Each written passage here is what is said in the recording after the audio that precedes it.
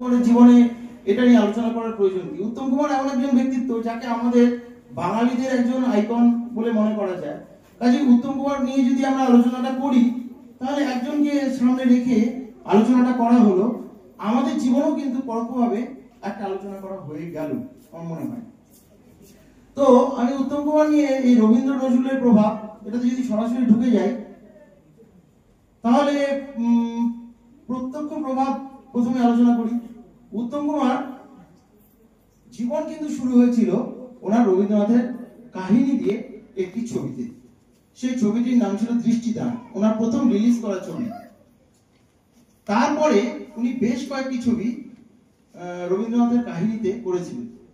তার মধ্যে বলতে পারি দ্বিতীয় ছবি ছিল হচ্ছে সম্ভবত বউ ঠাকুরানীর হাট।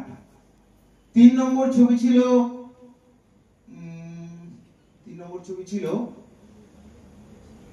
বউ ঠাকুরানীর হাট ছবি ছিল চিরকুমার সভা। ঠিক, 3 নম্বর ছবি ছিল চিরকুমার সভা।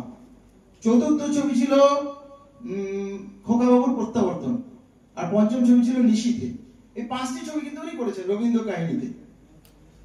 রবীন্দ্রনাথ নিয়ে প্রথম আলোচনা করি, নজরুলটা পরে আসছি। তো রবীন্দ্রনাথের এই প্রত্যক্ষ উনি রবীন্দ্র কাহিনীতে কিন্তু উনি কাজ করেছেন 5টি ছবিতে।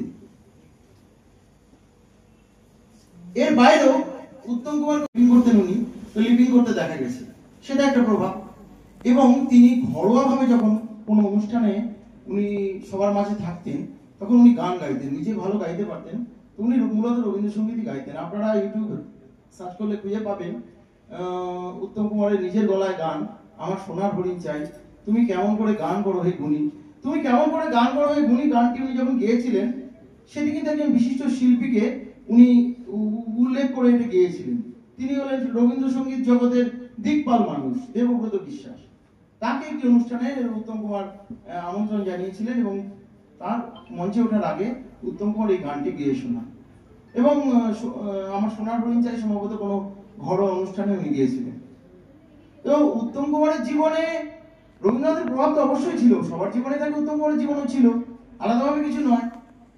যদিও আমি মনে করি না যে উত্তম কুমার ঠিক রবীন্দ্রনাথের নায়ক। রবীন্দ্রনাথের নায়ক উত্তম কুমারকে আমার ঠিক মনে হয় না, ব্যক্তিগত এটা মত।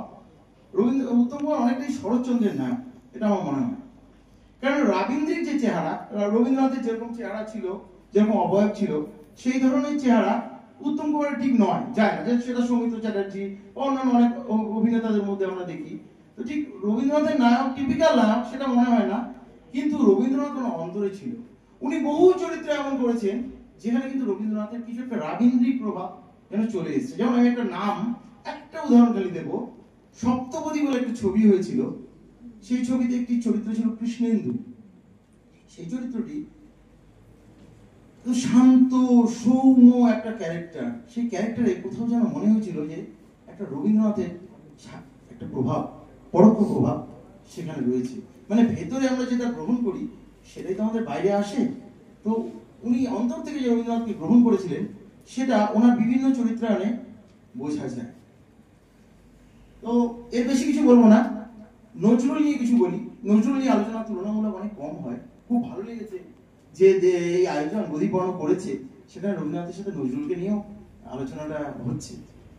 নজরুলের প্রত্যক্ষ প্রভাব উত্তম কুমারের জীবনে সেভাবে খুব বেশি নেই। দেবদাস বলে একটা ছবি হয়েছিল 1979, তার পরিচালক ছিলেন দিলীপ রায়, সঙ্গীত পরিচালক ছিলেন কালীপদ সেন। সেখানে 2টি গান ছিল নজরুলের লেখা। গান দুটি ছিল যেদিন লব বিদায় ধরা ছাড়ি প্রিয়ে ধুয়ে লাশ আমার লাল পানি দিয়ে, একটা গান। আর একটা গান সেটা শাওন রাতে যদি স্মরণে আসে মোরে, বাহিরে ঝড় বহে নয়নে বাড়ি ঝড়ে। এই দুটো গান সেই সিনেমাতে ছিল। তো নজরুল তো একটা বিদ্রোহী চরিত্র।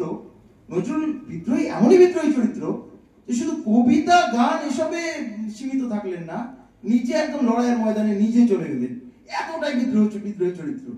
তো সেটাও কিন্তু উত্তম কুমারের বহু ছবিতে আমরা দেখেছি যে ক্যারেক্টারটা খুব মানে কি বলবো, মানে আক্রমণাত্মক হয়ে উঠেছে। তখন তার মধ্যে যেন কোথাও একটা নজরুলের সেই যে বিদ্রোহী, আমি বিদ্রোহী বীর, সেই বিদ্রোহী বিদ্রোহী কবিতার যে নজরুল, তাকে যেন আমরা দেখতে পাচ্ছি। তো যাই হোক, আজকের আলোচনা যে বিষয়টা, সেই বিষয়টা রবীন্দ্র নজরুল। আমি একটা জিনিস বলতে পারি, এখানে উত্তম কুমারকে আনা অনেকের মনে হতে পারে যে এখানে উত্তম কুমারকে কোথা থেকে চলে এলো। হ্যাঁ, এটা তো চলচ্চিত্র জগতের লোক। একটা আমার বন্ধু বান্ধবরা বলতো যে তুই তো ভালোই দেশের লোক ছিলি, তুই আনন্দ লোকের লোক হয়ে গেলি কেন? তো অ্যাকচুয়ালি আনন্দ লোকে অনেক আনন্দ পেয়েছি, অনেক ভালোবাসা পেয়েছি, সম্মান পেয়েছি। ভালোবাসাটা সব থেকে বড় জিনিস আমি মনে করি। তো আমি মনে করি যে এই যে রবীন্দ্র নজরুল নিয়ে এরকম চর্চা হচ্ছে, এরকম চর্চা আরো হোক, গতিপূর্ণ এগিয়ে যাক। আপনারাও যে সংস্কৃতি নিজেরা প্রত্যেকে লালন করছেন, সেই সংস্কৃতি নিয়ে আপনারা নিজ নিজ ক্ষেত্রে এভাবেই এগিয়ে যান। পাশাপাশি আমাদের একটু উত্তম চর্চাটাও হোক না। আমার বাবা মাকে দেখেছি অনেকে ছবি দেখতে বাবা মা বাধা দিতেন, বলতেন না এই ছবি দেখবে না, তুমি এই সিনেমা দেখবে না, হিন্দি সিনেমা ছোটবেলা দেখবে না, তুমি বাংলারই অনেক সিনেমা পরবর্তীকালে যেগুলো বলিউডি টাইপের সিনেমা ছিল সেগুলো দেখবে না। কিন্তু উত্তম কুমারের ছবি দেখতে আমার বাবা মা কখনো বাধা দেয়নি। এবং আমি মনে করি যে প্রত্যেকটি সংস্কৃতিবান ঘরের ছেলেমেয়েরা তাদের উত্তম কুমার দেখা উচিত। সেই সময়কার যে ছবি, যেসব চলচ্চিত্র, কারণ চলচ্চিত্র এমন একটা জিনিস যেটা একটা সময়কে তুলে ধরে, একটা সংস্কৃতিকে তুলে ধরে। ভালো ছবিও তো প্রচুর হয়েছে, আমরা তো অনেক বড় বড় পরিচালককে সেই সময় পেয়েছি, তাদের ছবিগুলো আমরা আবার দেখবো। রবীন্দ্রনাথেরও অনেক কাহিনীতে ছবি হয়েছে, অনেক গানে নজরুল গীতি শুনতে পাওয়া যায়, সেই ছবিগুলো দেখবো। ধন্যবাদ, নমস্কার, ভালো থাকবেন সবাই।